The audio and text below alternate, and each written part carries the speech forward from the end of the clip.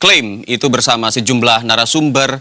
Ada Profesor Yon Mahmudi selaku pengamat Timur Tengah Universitas Indonesia dan juga Pak Teguh Reza Syah selaku pakar hubungan internasional dari Presiden University. Kita ke Profesor Yon terlebih dahulu. Profesor, Iran dan Amerika Serikat ini sama-sama mengklaim punya kendali atas Selat Hormuz. Secara faktual, siapa yang saat ini lebih dominan mengendalikan lalu lintas di sana? Iran atau Amerika? Ya, kita bisa pahami ya bahwa Selat Hormuz itu kan menjadi simbol ya atas kekuatan suatu negara. Jadi kalau kita lihat sisi Amerika bahwa penguasaan Selat Hormuz itu menjadi penting ya bagi Amerika untuk memperkuat ya hegemoni saat ini. Jadi kalau kemudian Amerika hilang kendali atas Selat Hormuz begitu ya, dan Selat Hormuz lebih ditentukan dan dikuasai oleh Iran, maka ini akan sangat bisa menjatuhkan ya kredibilitas Amerika di dunia internasional, karena tentu biar bagaimanapun ya Amerika mengincar ya wilayah-wilayah strategis termasuk juga Selat Hormuz, kemudian Laut Merah yang sekarang juga akan mengalami gangguan dengan asumsi bahwa semua itu harus dalam kendali Amerika dan hanya Amerika yang bisa mengendalikan kekuatan global. Tetapi sekarang tiba-tiba mendapat penentangan perlawanan dari Iran. Nah, Iran sendiri juga pasti juga ingin menunjukkan bahwa kedaulatan atas wilayah yang ada di dalamnya ya, termasuk itu Selat Hormuz ya, harus masuk di dalam kendali Iran. Baik. Kalau kemudian mengikuti Amerika, otomatis Iran ya menyerahkan atau kehilangan kedaulatan, maka posisi Hormuz menjadi penting, dan Hormuz ini kan menjadi senjata kedua mematikan yang dimiliki oleh Iran ya setelah rudal dan juga senjata jarak jauh ya yang dimiliki. Nah, ini adalah senjata kedua saya kira yang mematikan dan berdampak sangat luas ya. Baik Pak Yon, jika Iran ini benar-benar mampu membatasi kapal komersial dan tanker yang melintas, seberapa besar dampaknya terhadap ekonomi Iran sendiri? Bukankah Iran ini juga membutuhkan Selat Hormuz untuk mengekspor minyak begitu? Ya, artinya bahwa kan sebenarnya Hormuz tidak satu-satunya jalan bagi Iran di dalam hal penguatan ekonomi atau mempertahankan ekonomi, karena Selat Hormuz ini kan sudah berbulan-bulan dan nampaknya Iran tidak menunjukkan dari sisi kebangkrutan ekonomi, karena kan jalur belakang darat yang ada itu Tajikistan, wilayah Asia Tengah itu kan masih terbuka, dan pembangunan infrastruktur belakangan kan cukup luas itu yang menghubungkan hingga sampai ke Cina. Nah, kalau ini kemudian senjata ini dipakai oleh Amerika dalam menghancurkan ekonomi, nampaknya sebelum ekonomi Iran itu jatuh oleh blokade Selat Hormuz, bisa jadi ekonomi global jatuh terlebih dahulu. Amerika juga termasuk di dalamnya. Ini saya kira juga apakah Amerika juga memperhitungkan dalam hal ini seakan-akan menguasai Hormuz, tetapi nanti dampaknya juga akan berbalik secara kuat ya ke global dan juga termasuk Amerika. Baik. Ya, kami juga penasaran terkait dengan perspektif hukum dan hubungan internasional. Sudah ada Pak Teguh Reza, begitu. Pak Teguh Reza, apa sebenarnya arti menguasai Selat Hormuz? Apakah blokade atau kehadiran militer Amerika ini otomatis berarti Washington ini memiliki kendali atas selat itu? Tepat sekali. Sekarang Amerika Serikat sedang menghadapi masalah, yakni Pax Americana sedang menurun. Kemudian pada saat yang sama Pax Sinica sedang naik. Pada saat yang sama juga Amerika melihat kekuatan sekutu-sekutunya sudah tidak bersama dia lagi. Sekutu-sekutu sudah bermain lebih independen. Sekarang suasana bagi Amerika Serikat semakin tegang. Karena perang itu direncanakan 1 minggu, tapi sudah berlangsung 5 bulan plus 2 minggu. Ini jauh di atas target Amerika. Sementara pemilu setelah itu tinggal 3 bulan kurang 2 minggu lagi. Jadi dalam kondisi sekarang, Amerika Serikat sangat yakin bahwa dia itu harus menang. Dan untuk itu kemenangan itu kalau perlu cukup secara psikologis. Dalam hal ini MAGA tetap di atas, kemudian Selat Hormuz itu diklaim berada di bawah kendali Amerika Serikat. Intinya Amerika Serikat itu saat ini di bawah Presiden Trump ingin menang cepat dan indah.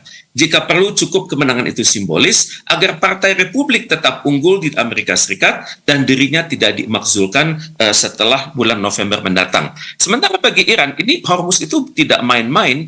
Hormuz adalah lambang kedaulatan, satu paket dengan penguasaan Iran atas nuklir damai dia. Jadi bahkan Iran itu sudah siap untuk perang jangka panjang guna mempertahankan kedaulatan, mempertahankan nama baik Islam, dan mempertahankan peradaban Persia. Dan Iran itu sudah yakin sekarang dia sudah di atas angin, di mana perangkat perang Amerika Serikat itu sudah sangat banyak terkuras, di mana Iran bisa yakin bahwa peluru kendali versi lama yang dia miliki itu sudah dia pakai, dan sekarang dia siap menggunakan peluru kendali versi terkini. Jadi dalam hal ini kita berhadapan dengan suasana yang sangat tegang, di mana situasi di Hormuz itu dari hari ke hari itu pergerakan kapal itu sangat minim. Kalau kita perhatikan hari Kamis kemarin, itu hanya ada 9 kapal komoditas yang tercatat, dan itu pun harus dengan sepengetahuan Iran. Tapi pada saat yang sama juga ini menggoyahkan negara-negara di Timur Tengah tersebut. Misalnya 2 kapal milik Abu Dhabi, yakni National Oil Company, itu dilaporkan terkena serangan misil.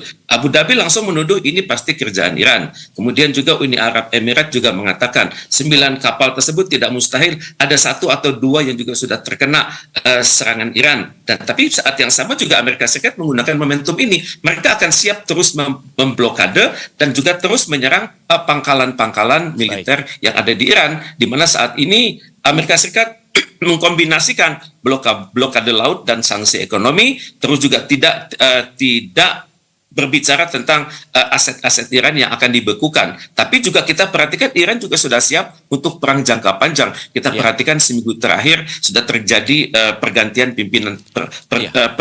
pimpinan, misalnya muncul kepala staf angkatan bersenjata yang baru, yakni Mayor Jenderal Ali Abdullahi, kemudian muncul juga Panglima Korps Garda Revolusi yang baru, yakni Mayor Jenderal Ahmad Fahidi, kemudian ada Kepala Staf Angkatan Bersenjata Iran yang baru, Ali Abdullahi, kemudian Panglima Korps Garda Revolusi yang baru, Ahmad Fahidi, kemudian juga ada Wakil Kepala Staf yang baru. Semua ini saya pikir sangat militan dan sangat loyal. Di dalam hal ini Iran berani mengatakan kami siap untuk perang jangka panjang, kami tidak kekurangan stok kepemimpinan. Walaupun kita harus akui banyak pelabuhan-pelabuhan Iran yang sudah hancur, misalnya Pelabuhan Chabadar, kemudian Pelabuhan Bandar Abbas, kemudian Pelabuhan Jas, kemudian Pelabuhan Masyar dan kawasan industri Abadan, kemudian juga Pelabuhan Sirik. Jadi bagaimanapun juga Iran sangat percaya diri, dia sudah banyak sekali menghancurkan instalasi Amerika Serikat seperti radar, air defense, kemudian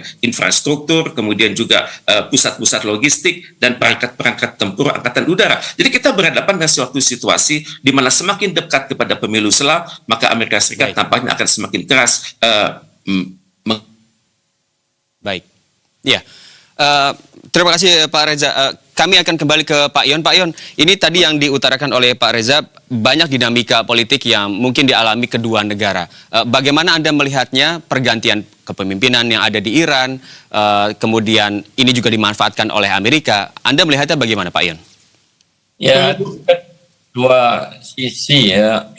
Internal Iran dan Amerika memang sangat mempengaruhi dinamika perang yang ada di kawasan dalam hal ini Selat Hormuz. Jadi yang dilakukan Iran adalah justru memasang atau menggantikan pemimpin-pemimpin elit dari Garda Revolusi yang menunjukkan semangat untuk berperang tinggi. Ini kan artinya bahwa energi berperang di Iran semakin meningkat begitu ya menghadapi Amerika. Pada satu sisi Amerika sendiri ketika menghadapi perang pemilu sela itu kan menunjukkan bahwa ada ketidaksetujuan dari publik Amerika yang belum bisa diyakinkan bahwa perang ini adalah penting, perang ini memiliki nilai signifikan strategis bagi Amerika, tetapi kan lebih kepada seakan-akan sebagai petualangan yang dilakukan oleh Trump, kemudian didukung atau dipengaruhi oleh Israel, dan justru bukan menempatkan pada kepentingan Amerika begitu, tetapi lebih pada kepentingan Israel. Dan tentu suara-suara kritis di Amerika kan juga semakin membesar. Jadi kalau perang ini tidak berhenti, ya yang terjadi adalah pelemahan Amerika, sementara semangat Iran semakin kuat. Nah ini saya kira akan mempengaruhi terhadap kondisi yang ada di Hormuz saat ini. Baik, berarti dengan begitu Pak Reza, ini dari Pak Yon sudah menjelaskan tentang kondisi di Iran. Pada titik seperti apa komunitas internasional perlu turun tangan? Apakah kebuntuan Hormuz ini masih bisa diselesaikan melalui diplomasi atau justru semakin mendekati konfrontasi militer langsung antara Iran dan juga Amerika Serikat, Pak Reza? Tepat sekali. Sebenarnya masih banyak yang dunia bisa lakukan ya untuk membuat perang ini tidak terjadi ya. Kita perhatikan misalnya dunia usaha sudah banyak berkomentar. Misalnya kalangan-kalangan seperti brand, kemudian kalangan-kalangan minyak mentah Amerika Serikat itu sudah mengatakan ini keadaan ini tidak bisa dilanjutkan lagi karena kemungkinan besar keuntungan mereka itu semakin turun.